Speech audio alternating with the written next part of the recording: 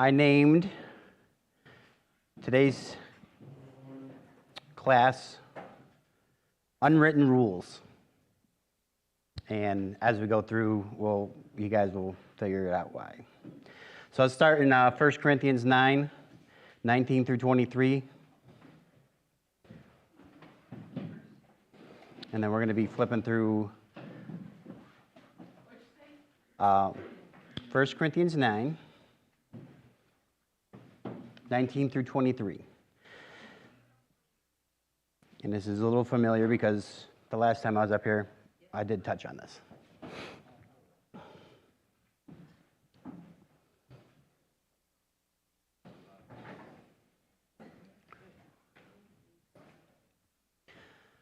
All right, 1 Corinthians 9, 19 through 23. For though I am free from all men, I have made myself a servant to all, that I might win the more. And to the Jews I became as a Jew, that I might win Jews. To those who are under the law, as under the law, that I might win those who are under the law. To those who are without law, as without law, not being without law towards God, but under law towards Christ, that I might win those who are without law. To the weak I became as weak, that I might win the weak. I have become all things to all men, that I might by all means save some. Now this I do for the gospel's sake, that I may be partaker of it with you. So just refresh that back in your memories. We are going to play a game, and repeat the verse that you're in, please. It would be 1 Corinthians 9, 19 through 23. Yep. So we are going to play a game right now, and I have two volunteers that I already pre-picked and asked if they would play the game with us. So the game, I already picked them. Huh? It is a rigged game. It's totally rigged. Probably not what you think, though. So I learned this game from a director of the Rotary Club. I was actually retired at that point, but and he would play this game with the students that were about to go into other cultures, and he would play this game for a reason, because every culture has its own traditions and values and unspoken rules, and part of going to a different country, especially as like a foreign exchange student, he said that like if you're there for just a year, the first like 2/3 of that time is just spent learning the unwritten rules and the traditions and the culture, and then after you learn that is when you really start to understand and respect the culture and the people and get to know more about how things are and stuff. So we're going to play this game. This game is, each culture has its rule, so we're going to have a couple rules. We are going to ask Paul and Mr. Callahan to walk out of the room where they cannot hear. So if you want to go maybe hang out in the nursery. Do I have to come back? Yes, you do have to come back. Make sure they can't hear us. And no checking out on Zoom either while you're out there cheating. All right, so this is our culture. This is going to be our own little country, and we're going to have a couple rules. Though actually, we're only going to have one rule. I want to elect Meissen as our dictator. As their dictator. So they are going to have to ask questions. They're going to have to ask questions to figure out what the rule is, and we're going to use the rule the whole time, and they have to figure out as we're using the rule what the rule is. So the rule is every time they smile, if either one of them is smiling and asks a question, the answer to that question is yes. If their face is straight, frowny, frustrated, then the answer is always going to be no. So it doesn't matter what the question is, the response is always going to be yes if you're smiling, no if they're not smiling. And we got to see if they can figure out what the rule is. So. Wait a minute. So they're going to come in. They're going to ask. They have to ask questions to find out what the rule is. Yes. Only yes or no. Oh. The answer is yes or no. If they're smiling or any kind of it's a yes. And if they're frowning or frustrated, it's a no. Are they asking questions of individuals, or are we all? Yeah, no, they'll ask, so when they come in, they're gonna ask us questions about our culture to try to figure out what the rule is. As an individual, or are we all supposed to blurt it out? So if they just ask a question to the group, then we're all gonna say, if they're frowning, we're all gonna say no, or we're all gonna say yes. You can, sure. You can change your tone. And then if he asks an individual a question, the individual can answer or the group can answer, it doesn't matter. As long as they get you have to have that pattern of if they're smiling, it's a yes, if they're frowning, it's a no. Whoever's asking the question. All right, guys. Did they do this to you when you worked in the prison? This actually would have been a fun game to play with the inmates. We played another game called the bomb shelter game. No.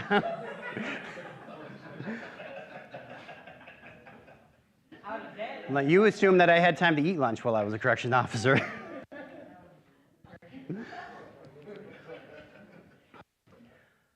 All right, so we came up with a rule as a group that is our culture. And through yes, we're our own, we're a new country. We're a new country, we just came up with this culture. It's one rule, but you got to figure out what that rule is by asking yes or no questions. And you can ask anybody any question to figure out what the rule is. So, as a culture, you have one rule. Correct. No. That's all? Yep. No. No. Right? Say that again, Andy? As a culture, you have one rule. No. You're saying yes, you're saying no. Do you agree as a culture normally? No. Do you fight as a culture normally? No. Are you on planet Earth? No. Do you exist in reality? No. Paul, you want to ask some questions? Ask some of the same questions that Andy asked. You already kind of narrowed it down. They're not. Ask some of the. Ask them again, and they're going to say yes. What? Are you on this earth? Yes.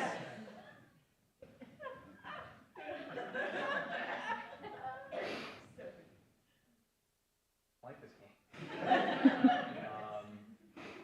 Do you accept outsiders? No. Do you accept outsiders? No. Do you accept outsiders? Sort of. So yes or no question. Do you accept outsiders? Yes. Do you accept outsiders? Yeah. Now they're all getting in tune with each other? Yeah. You got the rules now? They're all answering. Right. All right, So that's the you ask a question, they say no. I ask the same question, they say yes. No. I'm not asking. I'm telling my coach. All right, here. Hold on, I gotta think of a good question.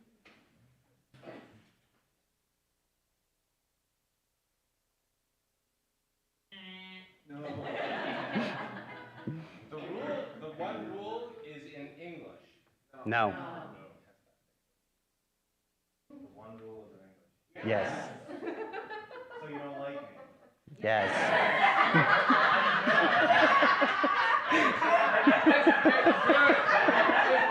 You asked Andy. Yes.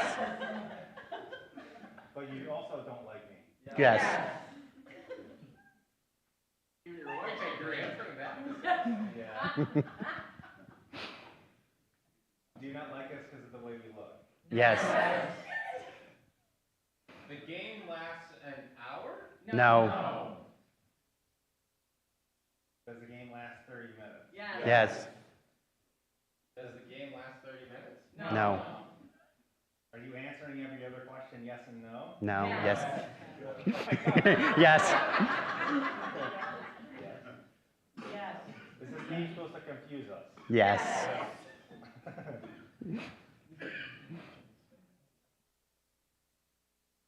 So we're trying to find out a rule? Yep, there's one rule. Okay. The rule is just answer opposite. No. The rule answering opposite. Yes. So have we learned the rule? No. Are you Yes.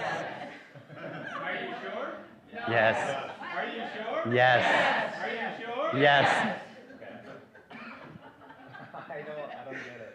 Let me just give you a hint, it's a really dumb rule. It's one you would never think of. All right, let me try this. Pastor G, are we in church right now? Yes. Say that again? Are we in church right now? Sort of. Sort of. Ask a different question. Mr. O'Dowd, are we in church right now? No. Andy, are we in church right now? No. Same rules. We all follow the same rule. Ask a question. Huh? Lori, are we in church right now? Yes. Jen, are we in church right now? Yes. Well, then you come up here. Have to be observant. So it's a really dumb rule. No. Yeah. No. So the rule seems to be every other answer is yes or no. No. With an answer, yes. But it's answered from you to me.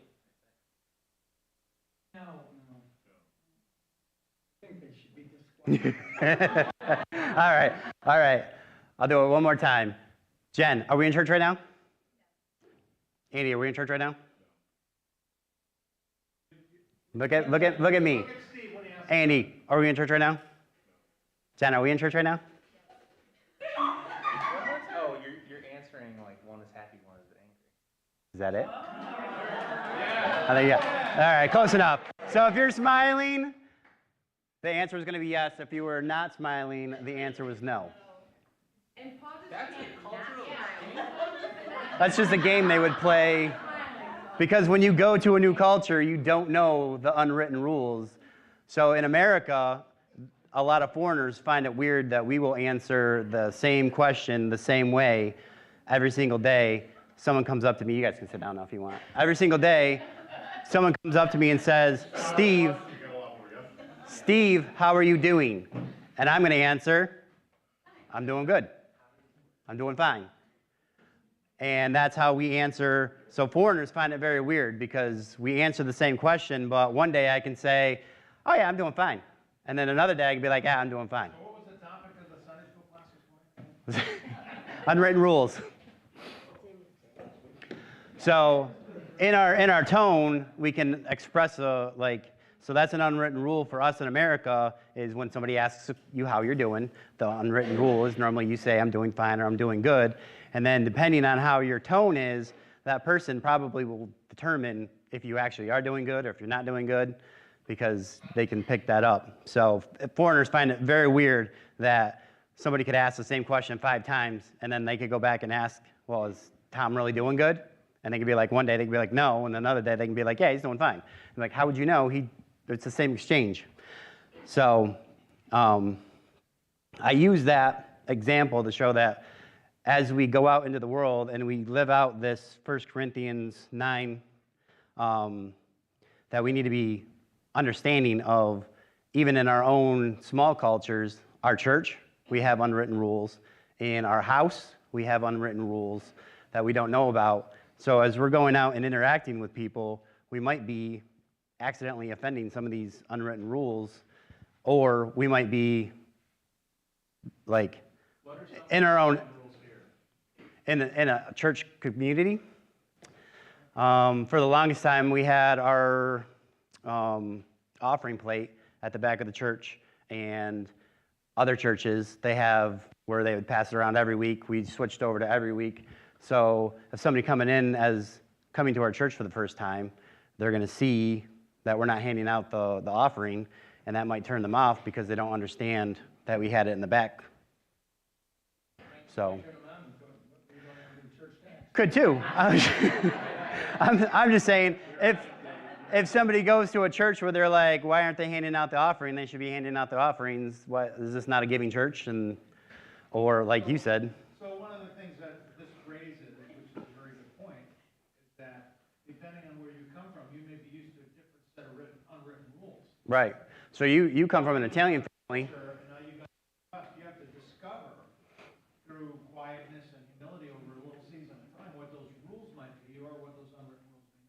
Yeah, so, and that will affect your witness to other people. So like, when I got married into Jen's family is Italian. I grew up not in an Italian family, so we never did the Italian Christmas. I didn't know what Italian Christmas was until I went to Jen's family's Italian Christmas. Italian Christmas, whoa! Not talking about unwritten rules. So, Italian Christmas is, it's a lot of fish, so we'd have, I'm not saying it's the whole family, everybody, we had aunts, uncles, nieces, nephews, the whole family got together. There was one special dish where they took sardines and they cooked it into a pan and they did, Okay, I'm just saying. They, all right. Really good Italian food. There was always going to be pasta, meatballs, lasagna. No meatballs. What are you talking meatballs? Well, A lot of Western cultures are easier for us to figure out, but you go into, I have a son and two grandsons in Japan right now. The Eastern culture and Japanese culture is very different from ours. yeah, And very puzzling when we used to send exchange students there, or having one of them come to us. yep. It was always Trying to figure out that. transitionary time Mhm. until you figure that out. And some kids will never figure it out. Right. But so in this, the reason why I gave this example is that we should be taking the time and being humble and being open to the fact that we might be stepping on somebody's unwritten rule or, So this is, now Americans are very direct. We tend to ask questions when we're problem solving. Most of us are very direct. mhm, I see that that's broken. Let's call someone and fix it. Very direct solution. In Liberia, they are very indirect because they are very, they are very conscientious of relationships in even the smallest details. So I go to Liberia, and those of you, most of you know me, I tend to be very direct. no. I see the shock on your face, but. Smile or not? So I get to Liberia, and after about 3 weeks, the leadership of the church won't talk to me. I mean, the leaders, the whole elders and deacons, no one's talking to me. So I'm wondering, okay, so I meet with all of them, I say, and I try to be very direct. Have I taught something incorrectly? No. Do you not like the schedule? No. Have I personally offended anyone in this room? No. No. Because they're also non-confrontational. So finally, I have to go around the back door and meet with the pastor privately. Pastor B, why is no one talking? I'll find out. So he finds out, he comes to me and says, Pastor G, I don't want to offend you. Tell me what it is. I said, tell me what it is. It took me 20 minutes to get it out of him. Finally, he said, the way you ask questions. I said, in my very direct way, how in the hell is the way that I problem? And he said, oh, Pastor G, the way you just asked that question. So after about a week of talking to him about it, we had a meeting with all the elders, and we talked about this unwritten rule of this circular conversations and sensitivity with relationships. And I literally had to talk to them about the differences so we would understand each other. Now, they didn't change. Yep, nope. And that's, Decades and decades of family history and passed down cultural stuff. And I learned something from them that was very good. And that's that in America, we tend to be very direct. That's not always productive. yeah. Sometimes that's very harmful and counterproductive. Now, have I stopped being direct? No. But you learn. I mean, you do gain some level of sensitivity by going into another culture. And this is why cross-cultural missions is so important. Yeah. And why God sends people into other cultures to preach and teach and to involve themselves with other people who live in Christ. Is that it? And then on that same note, Pastor said they didn't change. They're not going to change. That's the culture that they grew up in. That's this what they're steeped in. But we also have to understand that we have our own culture and our own unwritten rules. And as we are going out, if we are getting offended by our unwritten rules where we're trying to share the gospel, we're going to shut people out, you know? But Paul says he becomes all things to all people.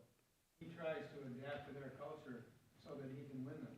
Correct. And that's what we should do. I mean, it's difficult, but if we're in their culture trying to teach them about Christ, we need to at least be Gotta make aware the of it effort. Yeah. and make the effort to be more like them. I will share one story from my life, and then we'll go into scripture that shows how Paul lived this out in his life. So, story, unwritten rules, which is actually was a written rule that I was following to the T, but following it to the T was the unwritten rule that you weren't supposed to do. So when I was in academy, first week I showed up, like we get there on Sunday morning at like 11 o'clock, and you got to go through processing. So you're standing in this big, huge line. You have drill instructors coming back and forth, screaming at you for this, that, and the other thing. And so this whole time, I read the rules prior to going, and I knew that my hair had to be cut to a certain length because the rule for corrections is your hair has to be at this certain length. Or for the academy. So I had Jen cut my hair to that exact length, so I was within the rules. So I show up, I'm standing next to this kid who has like hair down to his, and I look at him, I'm like, clearly you didn't read the rules.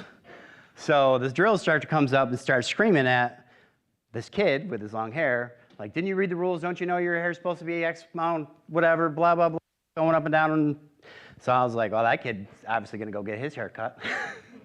So then the funny thing is some kids who had parents or siblings that had gone through academy knew what to expect so some kids came with clippers because they knew that they were gonna have to give haircuts at the end of the night, so kids didn't get screamed at for the rest of the week. So everyone got squared away at the end of the day. And then, because Jen cuts my own hair, every weekend that I went home, I would have her just make sure that it was at that right length. And so I never got yelled at throughout the whole time until I was in like it's an 8-week program. I was probably in like week 7, and the drill instructor from behind me is like, Evans! I'm like, sir, yes, sir. It's like, didn't I tell you to get your hair cut? Looking back, that was the drill instructor that the first day was screaming at what I thought was the one kid. He was screaming at both of us. And because I had it at the exact length, I was still breaking the rule because they wanted it shorter. So it was funny. What's that? Because it was the unwritten rule. They wanted it shorter because throughout the weeks, you get it cut on Sunday before you go in, and then 3 weeks later, your hair's going to grow. So it's no longer, if you have it cut right at the exact length that it's supposed to be, in their mind, that's not right because it's going to grow and then it's not going to be at the right length. But I had my own barber who was cutting my hair, so our hairstylist. But anyway, so that's the unwritten, so I got screamed at, and I didn't even realize I was getting screamed at because I thought I was following the rules. But so even written rules can have unwritten rules. So all right, let's look into Paul. So I want you guys to turn to Romans 14.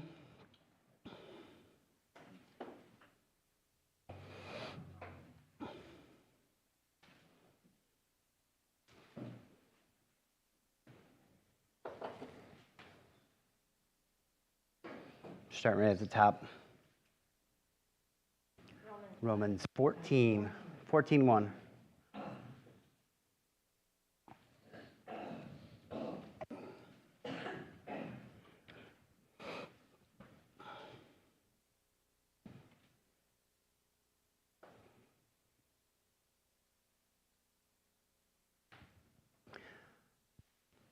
We technically could read through all of Romans 14 on this subject, but we'll just start at the top. It says, receive one who is weak in the faith, but not to dispute over doubtful things. For one believes he may eat all things, but he who is weak eats only vegetables.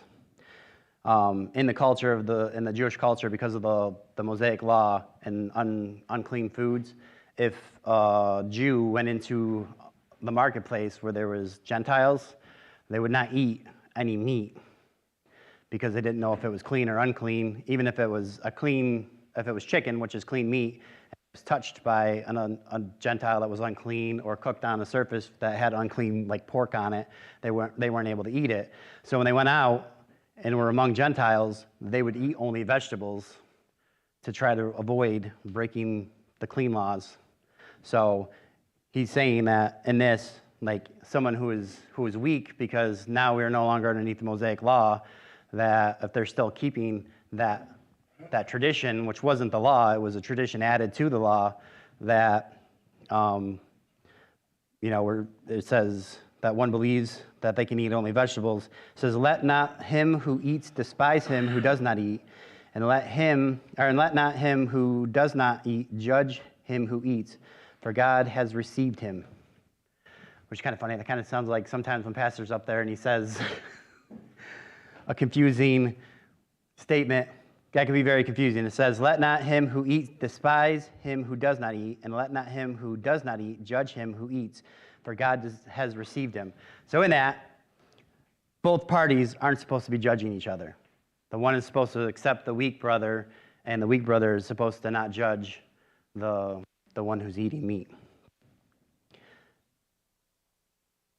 And then it goes on. It says, "Who are you to judge another servant? To his own master he stands or falls. Indeed, he will be made to stand, for God is able to make him stand." And then it goes, "One person esteems one day above another esteems every day alike. Let each be fully convinced in his own mind." So this goes back to the observance of Sabbath. The Jews that are now coming into Christianity, that's being saved by Christ, and realizing that the Mosaic covenant law was fulfilled and is now freed from the law, some of them weren't keeping Sabbath anymore. They were either worshiping on Sunday, or in the beginning of Acts, it says they were actually meeting every single day. So in the same note, that one is not to be judged for keeping a Sabbath, and the person who's keeping the Sabbath shouldn't be judging the person who's not keeping the Sabbath. So there's that back and forth where each party has the responsibility not to judge the other. Let's go to 1 Corinthians 8. Hey, Steve. Yeah. Yeah, a little point of, just something to think about too.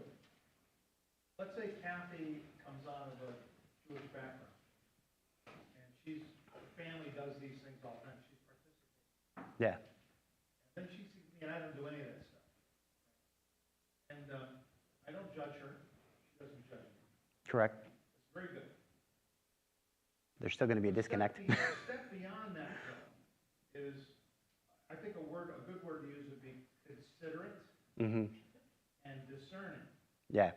Because what I also want to do, I don't want to judge her, but I also want to be considerate of her faith and discerning in her faith, knowing that she really needs to grow past that. Yeah. So somebody may be growing in a process, like the weaker believer there, who won't, the one who would go into a market and not eat the meat. Yep. Paul's kind of saying, it's okay for you to eat that meat, it's fine. Don't do it in a way that offends people, offends the weaker brother. But he uses the term weaker because they're wrong Yep. in that sense, right? Correct. Yeah. So a lot of people say, don't judge, don't judge, don't judge. But then they don't recognize, I'm not judging you, but you're wrong. Correct. I'm not Which. judging you. I'm discerning that you're not mature in that area. Correct. Right? So sometimes I think we kind of leave this don't judge people out there. You know, if I see somebody screaming at someone in the parking lot, I may not judge them, but I'm going to discern it, and I'll probably say something. And go correct it. Correct it. But I'm not going to judge it. But consideration and discernment are part of the whole conversation. So I like how Paul uses the term weaker. Weaker, yep. He's basically saying they've got to grow. And that's part of discipleship is, one, going to that person in love. And so say she keeps Jewish tradition, she invites you to a Seder. So does anyone know what a Seder is or doesn't know what a Seder is? So a Seder is after the temple was destroyed and there was no longer the Passover lamb because they don't have the temple and the priesthood to sacrifice the lamb. The Jews, to continue to try to keep the law, came up with the tradition of the Seder, which is still the dinner that you would have with Passover, but they added new traditions and to represent the Passover lamb and the different things that the law required them to do.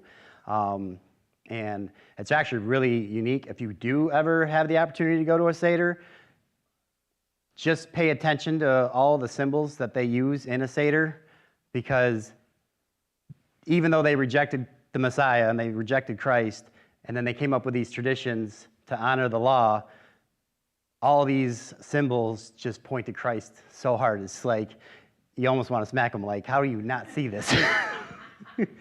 But yeah, but that would not be loving, though. Going back to the example of pastor going to the Seder, he can honor her in her weakness and go to the Seder and enjoy the Seder, but then as the relationship develops, even though he's loving and discerning in that area, he can then start to disciple her and teach her that, the Seder was just replacing the Passover and Christ is the Passover lamb. That kind of, you know what I mean? So you can grow the person. So 1 Corinthians 8, starting right at the top, says, now concerning things offered to idols, we know that we all have knowledge. Knowledge puffs up, but love edifies. And if anyone thinks he knows anything, he knows nothing yet as he ought to know. But if anyone loves God, this one is known by him. Therefore, concerning the eating of things offered to idols, we know that an idol is nothing in the world, and that there's no other God but one. For even if there were so-called gods, whether in heaven or on earth, as there are many gods and many lords, yet for us there is one God, the Father, of whom are all things, and we for him, and the one Lord Jesus Christ, through whom are all things, and through whom we live. So it keeps on going and says, however, there is not in everyone that knowledge, for some with the consciousness of the idol, until now eat it as a thing offered to an idol, and their conscience, being weak, is defiled. But food does not condemn us to God, for neither if we eat are we the better, or if we do not eat are we the worse. But beware, lest somehow this liberty of yours becomes a stumbling block to those who are weak. For if anyone sees you who have knowledge eating in an idol's temple, will not the conscience of him who is weak be emboldened to eat those things offered to the idols? And because your knowledge shall the weak brother perish for whom Christ died. But when you thus sin against the brethren, wound their weak conscience, you sin against Christ. Therefore, if food makes my brother stumble, I will never eat meat, lest I make my brother stumble. So in this, you see that knowledge is a good thing, because obviously it's good to know that there's only one God and that there's no other gods. But if you use that knowledge wrongly, it can stumble a brother who doesn't necessarily have that knowledge. And we can operate in knowledge, and you see this a lot, that people who know the scriptures and operate in the scriptures, but they don't do it with love, you can see their interactions with different people, and you can see how it affects. And so it's something to keep in mind. Steve, it may be, I don't know if anyone else is. Jesus healed on the Sabbath. He ate with people who didn't wash their hands ceremonially. Mm-hmm. He touched unclean people who were lepers. Yep. Associated with sinners. He spoke in public with a Samaritan woman. He basically trampled some of these unwritten. Yep. Even his first miracle. Yeah, I'll give you opportunity. What's the difference between that and what Paul said? So they are not contradicting each other, and we will get to that. So it can seem like Paul's being contradictory, and he's saying in the one passage, to, if you eat meat, and don't let the one who doesn't eat meat judge you. And then in this one, he's saying, if it hurts my brother, I'm not gonna eat meat. Do you think Paul was a vegetarian? No, right? So as the next verse that we get into, 1 Corinthians 10, 23 to 33, we'll actually touch on.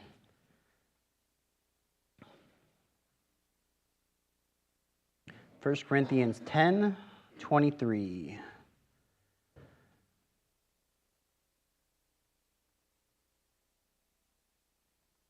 It's going to be 23 to 33.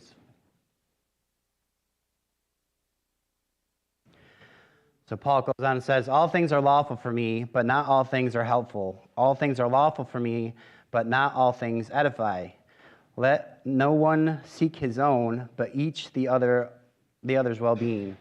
Eat whatever is sold in the meat market, asking no questions for conscience sake. So again, this is another scenario where in the meat market, the culture, if there was a temple to Zeus and they did a whole bunch of sacrifices to Zeus, all that meat that they sacrificed to Zeus would then go to the market and be sold at a cheaper price.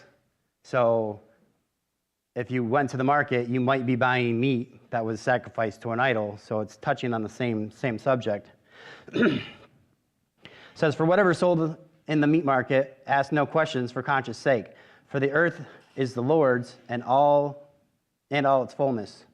If any of those who do not believe invites you to dinner and you desire to go, eat whatever is set before you, asking no question for conscience sake. But if anyone says to you, this was offered to idols, do not eat it for the sake of the one who told you and for conscience sake. For the earth is the Lord's and the fullness of it. Conscience, I say, not your own, but that of the other. For why is my liberty judged by other men's conscience? But if I partake with thanks, why am I evil spoken of for food over which I give thanks?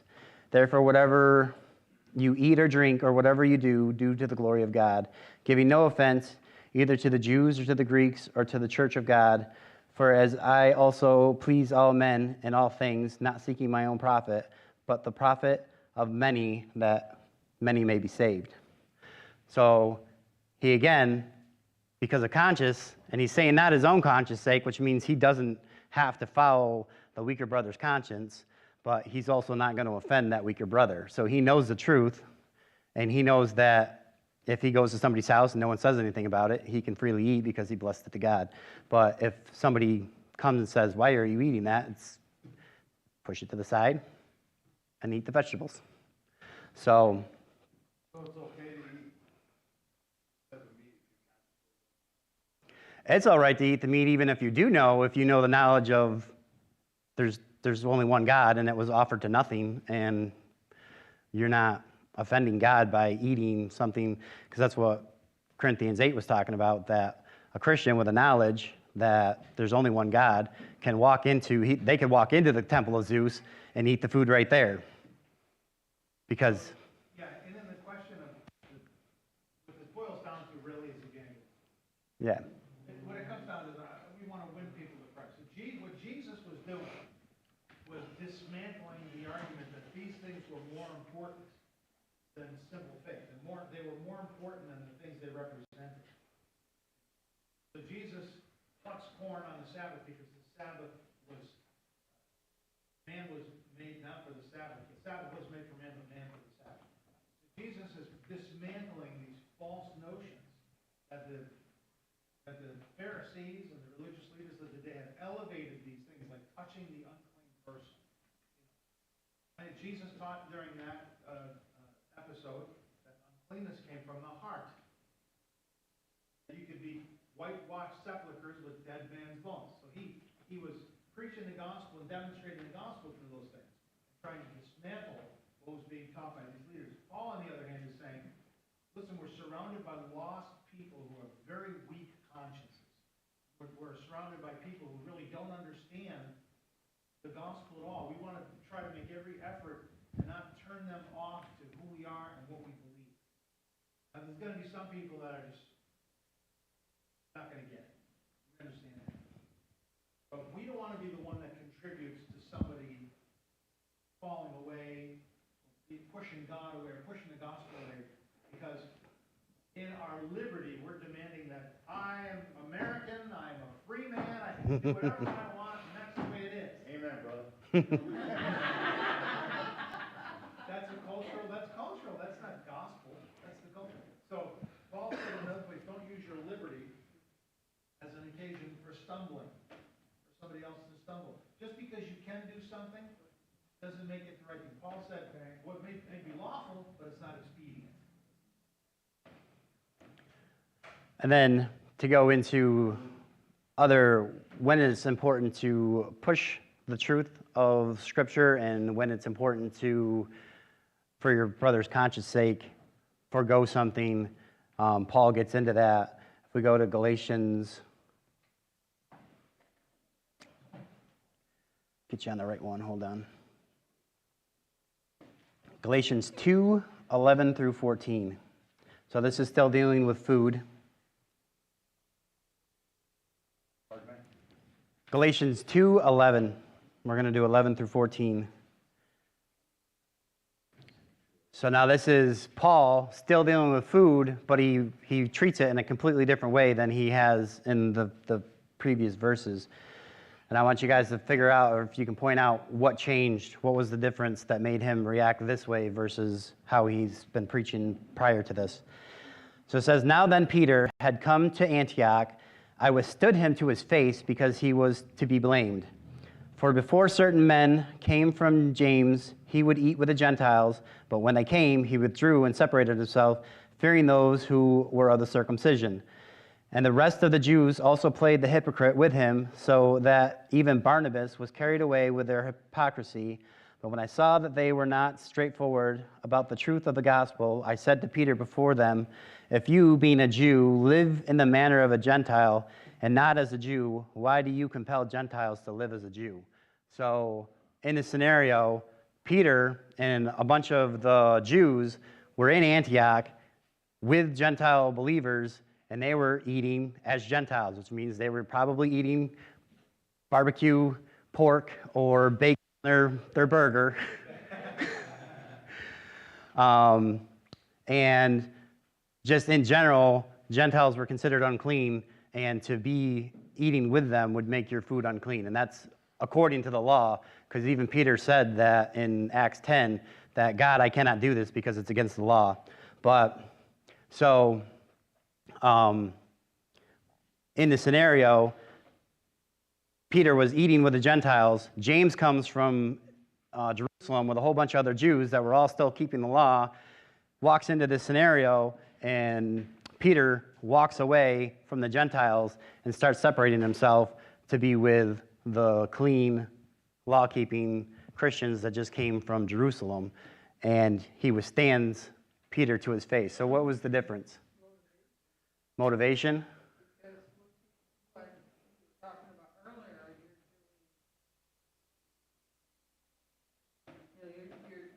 concern is that other person, their benefit. Yep. Whether it be to get them Christ or to grow in Christ. Mm-hmm. This was just totally me.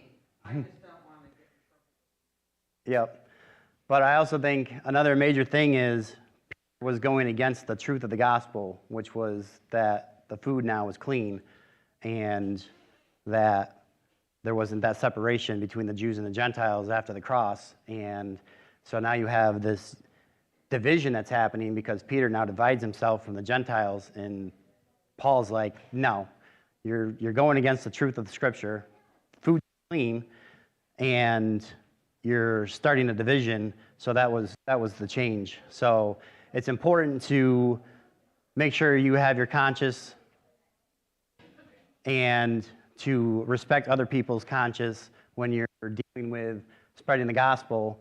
But at the same time, you should also make sure that you're standing up for the truth of Scripture while doing it. So with that, I got more to do, but we'll get to that next week. So let's just end in prayer, and we'll go over to the chapel. So, dear God, just bless this time that we had, the fun that we had with the game, and just let this come to our mind throughout the week, that we just look at other people make sure that we are not offended by our unwritten rules and that we try not to offend others with theirs. And we just lift this up in your name. Amen.